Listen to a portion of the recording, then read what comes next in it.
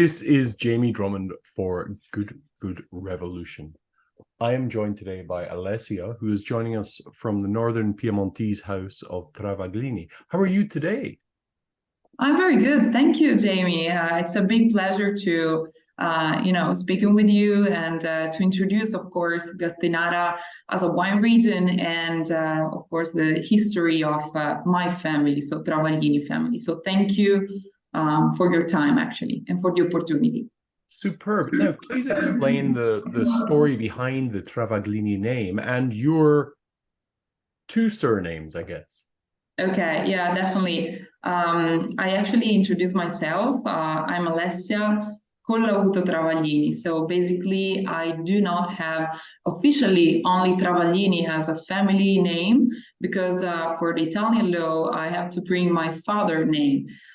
So that's why I first have Collauto and secondly Travaglini. But it was not only like this because for the first three generations, actually, Travaglini was from the male side because they only had like male as children. From the fourth generation, so my grandfather Giancarlo Travaglini only had three daughters, so that's why the only way to bring forward the name Travaglini is actually giving a second last name. So that's actually the current situation. Right now, I'm officially the fifth generation, and basically right now, fourth and fifth generation is running the business. Fantastic. So your role within the family business is the business side of things usually. Exactly. At the moment, I officially joined the winery together with my sister as well in 2019 after my university course and a master in wine business management. So after that, and after an experience in New York, in the United States, I actually decided to come back in this small city compared, of course, to New York, in this small village of Gattinara, and join the Travaglini business, actually, my family business. So you joined the family business just before the pandemic. Exactly. Yeah. And I had to take very big responsibilities from right after that when I joined the business because at the beginning for 6 months actually I joined, but I was doing everything in order to being able to know both the production side, both the warehouse process, all the administration, marketing, Italian market, all the export market. So my idea was just spending few years just to have an overall idea of the entire business. But unfortunately, after 6 months, the role of export manager so there was a free position as an export manager. So I officially in February 2020, I took this position, and few weeks later, it started. So it was strange. Was positive and negative at the same time because I had the time to stay at the office instead of only traveling in order to know everything. But the negative part was that I only had the chance to speak like this, so by call, by Zoom, so not directly. So positive and negative at the same time. So your family have quite the history in the region and are integral to the establishment of the Gattinara DOC and then DOCG. So let's talk a little bit about your family's history. Yes, I would like to talk both about my family and Gattinara history because it's something that can goes in the same direction. I can start saying that the very old history of Gattinara dates back in the 15th century. Some documents justify that there was a person called Mercurino Arborio that raised and born and raised in Gattinara, but then became the chancellor of the Carlo V, so that was the king of Spain at that time. And these documents say that he used to bring the wines made in Gattinara to the most important court in Europe, and also during the banquet of the King of Spain at that time. So under a certain point of view, the history of Gattinara is very old. But talking about more recent history, Gattinara was living his best moment of history at the end of 18th, 19th century, when Gattinara was extending for more than 600 hectares. So it was very big in terms of dimension. But right before the 1905, so the beginning of the 19th century, a very important hailstorm arrived and destroyed everything. Secondly, the phylloxera arrives. Then there was the First World War. So Gattinara was living a very important decline at the beginning of the 19th century. After that, when there was a sort of post-industrial revolution, so it is around 1920s, my great-great-grandfather, so the first generation, together with the second, that is the reason why 5 generations are living in a actually short period, because first and second generation starting basically together. They really believe in the potential of Gattinara. So that's why when all the other families and people were abandoning the agriculture and winemaking business, they were restructuring some existing vineyards and replanting new ones. I see. They were going in an opposite side and situation.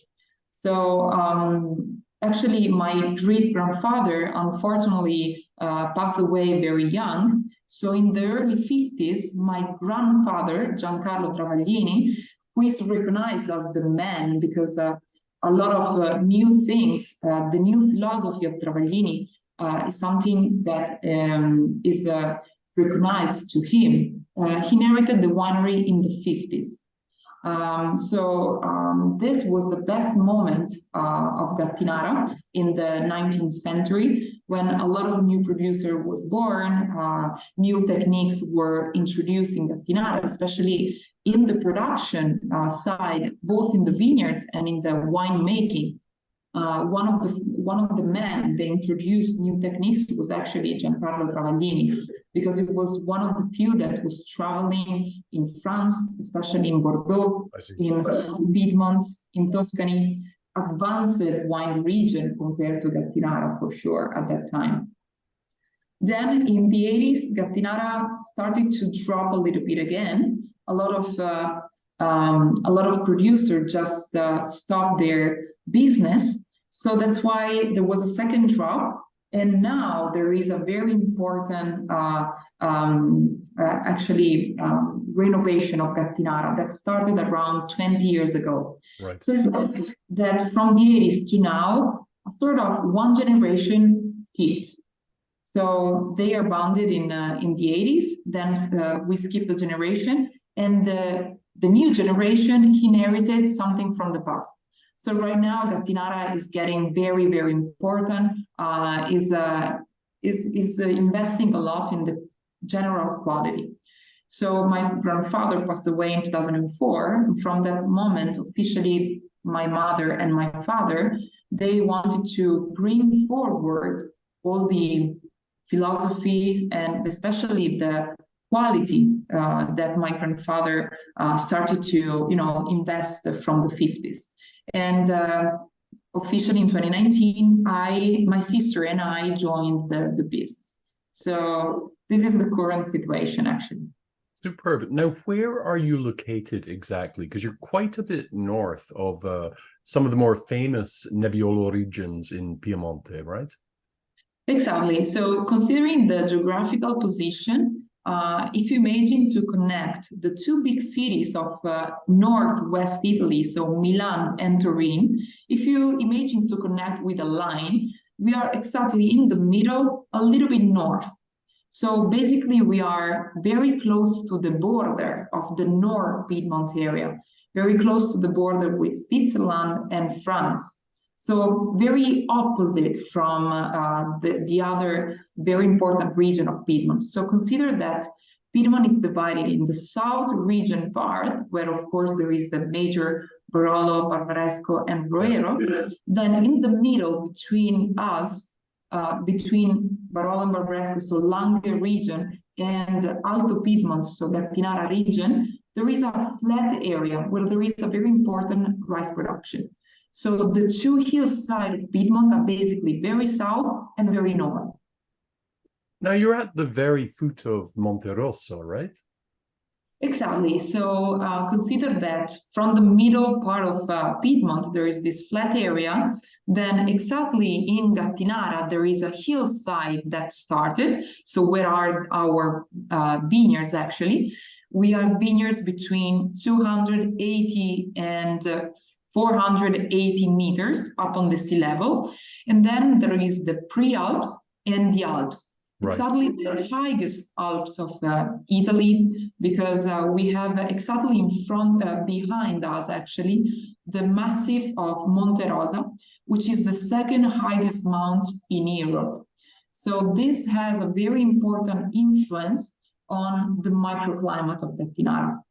If you consider that the hills are all facing north to south, so considering east, southeast, south, southwest, and west, even if they are not very high in altitude, we have a very strong ventilation and mitigation of the microclimate thanks for the glacier on this Rosa Mountain, so on the Alps, that has a very strong influence on the freshness of this wine compared to the South region.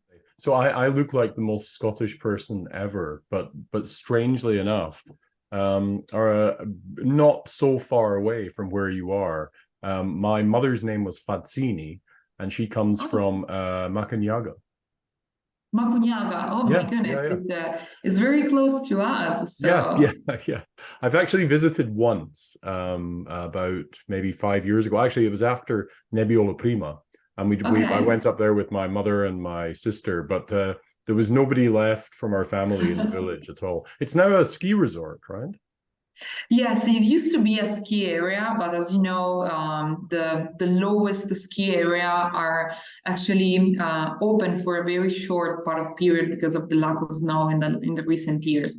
So it used to be a very important ski area, and it's getting very important as a touristic area because it's recognized as a very nice little city, little village. Yes, definitely. It's about 1 hour and 20 minutes from us. So nice that all the region are from that region. Well, speaking about the region itself and its very specific terroir, let's talk about the soils there because they are unique. Yes, so considering the terroir, I just explained you the very important influence of in terms of microclimate from the Alps, the glacier, and the Rosa Mountains. Actually, there is another little things because we have about 20-30 minutes from Gattinara. 3 lakes, which are of course helpful in terms of mitigation, especially during the summer, September, so the summer and early fall period. There's a very important excursion thermic between night and days, which is very, very important. Also in the last ripening phase of the grapes, which of course has an influence on the freshness of the style of the wine. Yes. In terms of terroir, this is the second very important difference from the South Piedmont region, so from the Langhe. It's the only place where Nebbiolo grows on a volcanic soil origin. This is officially not anymore a volcano because we're talking about just the origin of the soil. We can talk about the presence of this huge volcano because of the very important dimension, more than 70 million years ago. So of course there's no any volcano. We cannot, of course, compare the volcanic soil as Etna, for example, which is an active volcano. But all the residual minerals and rocks comes from this origin. Back in these days, so in 70 million years ago, this volcano, after a very important eruption, And after the collision between the African plate and the European plate, so when basically Alps originated, this volcano just turned on itself, just changes shape. And that is the reason why all the rocks that generally are very deep in the hard crust arise. Yeah. Exactly. So we can have some rocks coming from the eruption of this volcano and some very deep rocks of the crust. So basically, the more you go in the highest part of Gattinara, the less part of soil you have. So basically, you have a lot of rocks which are rising from the soil. So basically, think about how difficult it is for the roots to break in the rocks, to go deeply in the soil and to survive. So, of course, all the vineyards right now in Gattinara are only on the hillside. So basically, you have a very important percentage of rocks on the soil and a very thin layer of soil. So it's very interesting because depending where you are in one of the four hills of Gattinara, where Gattinara actually spreads, every single hill has a little differences in soil composition. So basically, if you are in the east side, you have a lot of porphyry and a lot of iron. So you have basically a reddish, intense reddish color of the soil. This is the main composition. The more you go west, the more you have differences, because in the middle part, we were able to find manganese, basalt, of course, a lot of rocks in terms of iron, granite a little bit of porphyry as well. But basically, this red, black color of the soil. And then in the very western side of Gattinara, where we have our Morzino vineyard, we have a very whiter soil, which is mainly granite and a little bit of calcareous. It's very white. So you have a very important complexity of the soil. So that's why, even if it's a very small appellation, because right now there are only 120 hectares cultivated with basically Nebbiolo, you have very important differences between east to west. I see. Now, how would you say the wines of Gattinara differ from the wines from the south of Piemonte?